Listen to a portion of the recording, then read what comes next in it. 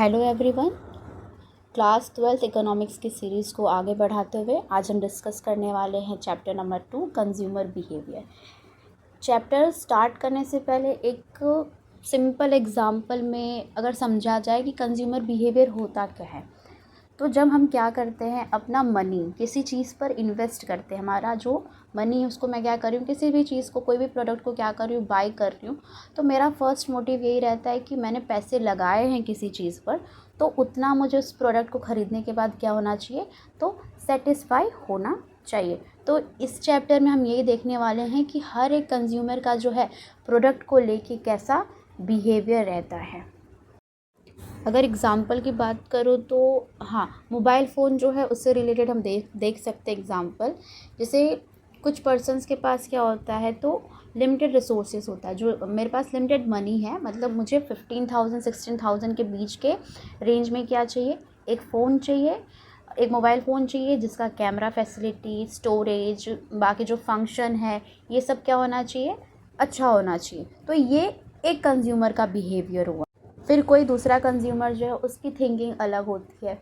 वो प्रोसेस के साथ साथ, यूज़ के साथ साथ, फैसिलिटीज़ के साथ साथ क्या देखता है, तो प्रोडक्ट के अंदर लग्जरियसनेस भी क्या करता है, वो देखता है कि सोसाइटी में वो प्रोडक्ट का जो है, सोसाइटी में उस प्रोडक्ट का कितना डिमांड है, कितना लोग उसको पसंद कर रहे हैं। तो कुछ पर्सन्स जो होते हैं या कुछ कंज्यूमर्स जो होते हैं, वो प्रोडक्ट को बाय करने से पहले वो चीज़ें भी देख, जो हमने अभी एग्जाम्पल डिस्कस किया उसमें ये पता चलता है पर्सन ए जो था उसको सच में उस प्रोडक्ट की क्या थी, नीड थी, उस प्रोडक्ट की यूटिलिटी थी। और सेकंड पर्सन जो था, पर्सन बी जो था, उसका ओपिनियन क्या था, उसको उस प्रोडक्ट का क्या था, यूटिलिटी भी था, साथ में वो क्या कर रहा था, तो लग्जरियसनेस को भी क्या कर रहा था, वो देख रहा था, सोसाइटी के बिहेवियर को भी क्या कर रहा था, देख रहा था। तो हम सिंपली ये कह सकते हैं जो कंज्यूमर्स का बिहेवियर होता है वो मोस्टली किस पे डिपेंड होता है, तो प्रोडक्ट के यूटिलिटी पे होता है। जब तक हमें किसी प्रोडक्ट की यूटिलिटी मतलब ज़रूरत नहीं होती है, तब तक हम क्या नहीं करते, तो कोई भी प्रोडक्ट को बाय नहीं करते। कंज्यूमर बिहेवियर का सिंपल मीनिंग देखा जाए तो हम कह सकते हैं consumer behaviour is the study of how. जो कंज्यूमर बिहेवियर होता है वो क्या होता है, तो स्टडी होता है किस चीज़ का, तो इंडिविजुअल्स का, ग्रुप्स का, या पूरे ऑर्गेनाइजेशन का स्टडी होता है कि वो जो अपना लिमिटेड रिसोर्सेस है वो क्या करते हैं, तो किसी भी गुड्स और सर्विस को क्या करते हैं, परचेस करने में क्या करते हैं, वो एलोकेट करते हैं, और क्या सेटिस्फाई करते हैं, तो अपने नीड्स और वांट्स को क्या करते हैं, सेटिस्फाई करते हैं। सिंपल वर्ड में अगर कहा जाए तो utility is the capacity of a commodity to satisfy human want. Now next is features of utility. Features of utility में जो फर्स्ट वन है वो है हमारा रिलेटिव कंसेप्ट। अभी रिलेटिव कंसेप्ट जो है वो क्या बताता है कि कोई भी गुड्स या सर्विस हो, उसका जो यूटिलिटी है वो प्लेस और टाइम के हिसाब से क्या होता है, चेंज होता है। जैसे गर्मियों के मौसम में हम क्या करते हैं, तो इन समर्स हम क्या करते हैं, तो कॉटन के क्लोथ्स को ज़्यादा प्रेफर करते हैं, और विंटर्स में वुलन के क्लोथ्स को क्या करते हैं, तो हम ज़्यादा प्रेफर करते हैं। तो ये मेरा क्या हो गया, ये टाइम से रिलेटेड हो गया रिलेटिव कंसेप्ट। अगर मैं बोलती हूँ प्लेस से रिलेटिव क्या होना चाहिए, तो वुलन के जो क्लोथ्स होते हैं उसका कश्मीर में ज़्यादा क्या रहेगा, यूज़ रहेगा as compare to Maharashtra. Next जो है वो हमारा है सब्जेक्टिव कंसेप्ट। अब सब्जेक्टिव कंसेप्ट किसकी बात करता है, तो वो एक्सप्लेन करता है कि कोई प्रोडक्ट ए है, उसका यूटिलिटी जैसे सेम मुझे है, इसी सेम यूटिलिटी उस पर्सन को नहीं हो। जैसे कोई बुक है तो उसकी वैल्यू जो है वो एजुकेटेड पर्सन को ज़्यादा पता होगी as compare to illiterate person को। Next is ethically neutral. जो यूटिलिटी होता है इसमें कोई भी डिफरेंस नहीं होता है कि वो गुड है, बैड है, उसका मॉरल वैल्यू है, नहीं है।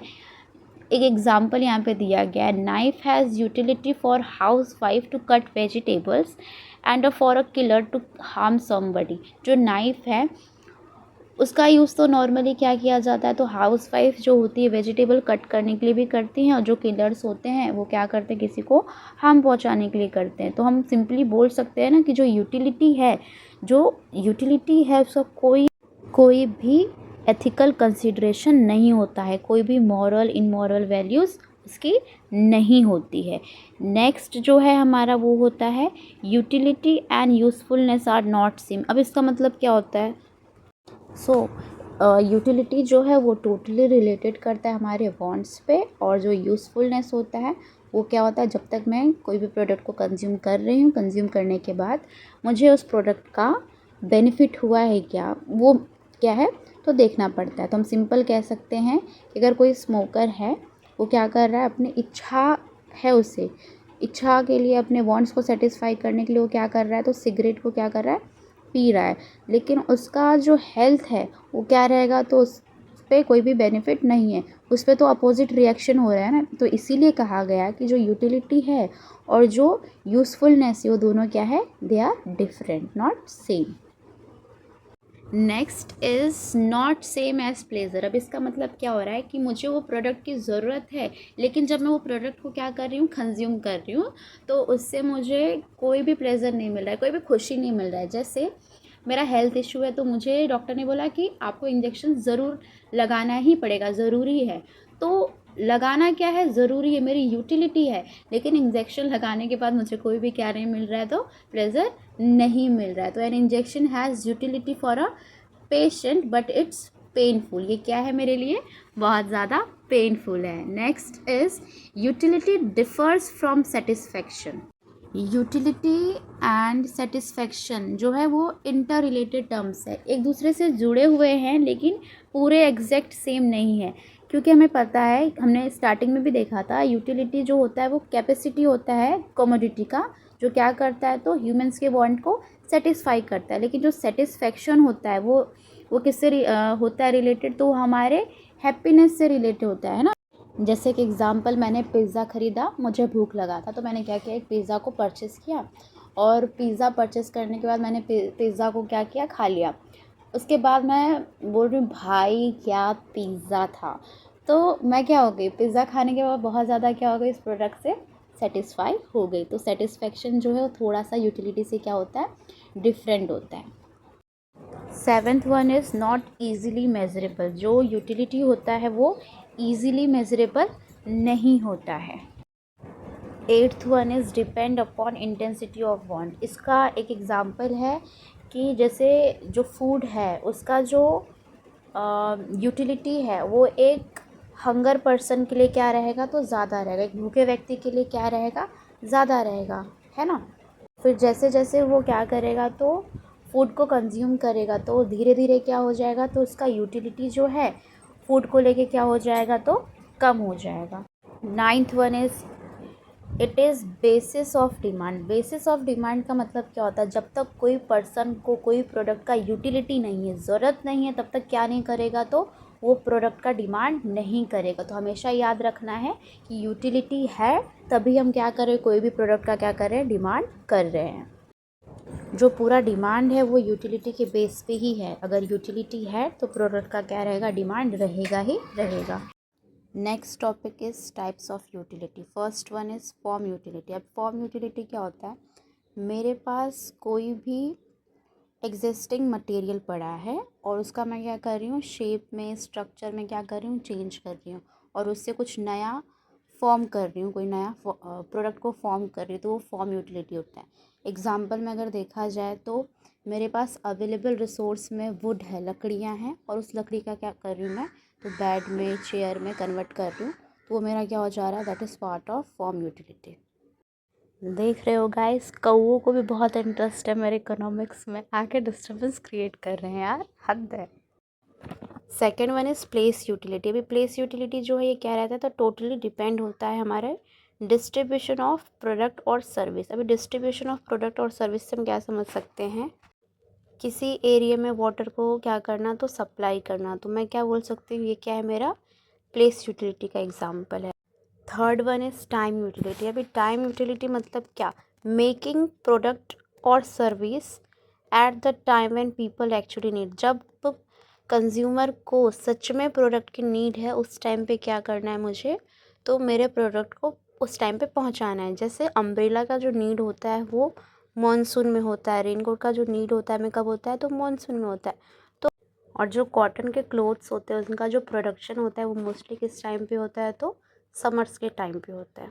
तो यही क्या बताता है हमें, टाइम यूटिलिटी बताया कि जब जिस प्रोडक्ट की नीड हो उसको उस टाइम पे क्या करना चाहिए, तो उसका प्रोडक्शन हमें करना चाहिए।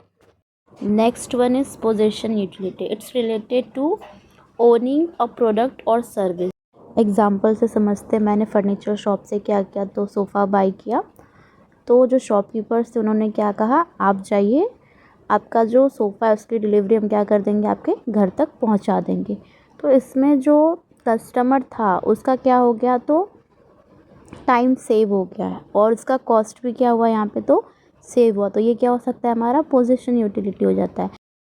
सर्विस यूटिलिटी में हमारे जो भी सर्विस प्रोवाइडर होते हैं वो बहुत ज़्यादा क्या होते हैं, स्किल्ड होते हैं। फॉर एग्ज़ाम्पल लॉयर हो गए, डॉक्टर हो गए, वो क्या होते हैं, तो बहुत ज़्यादा अपने काम में स्किल्ड होते हैं और दूसरों को क्या करते हैं, तो उससे रिलेटेड वो सर्विसेज प्रोवाइड करते हैं।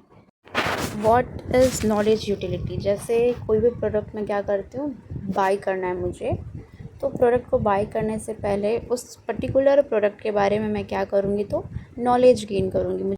जब तक कोई भी प्रोडक्ट का मुझे प्रॉपर नॉलेज नहीं रहेगा तब तक मुझे उस प्रोडक्ट का क्या नहीं रहेगा, यूटिलिटी नहीं रहेगा। कंप्यूटर के बारे में अगर मुझे नहीं पता है तो मुझे उस प्रोडक्ट का क्या नहीं है, यूटिलिटी नहीं है। नेचुरल यूटिलिटी जो है ये टोटली रिलेटेड होता है हमारे नेचुरल प्रोडक्ट से। ऐसे प्रोडक्ट्स जो नेचर में ऑलरेडी क्या है, तो है, जैसे वाटर हो गया, एयर हो गया।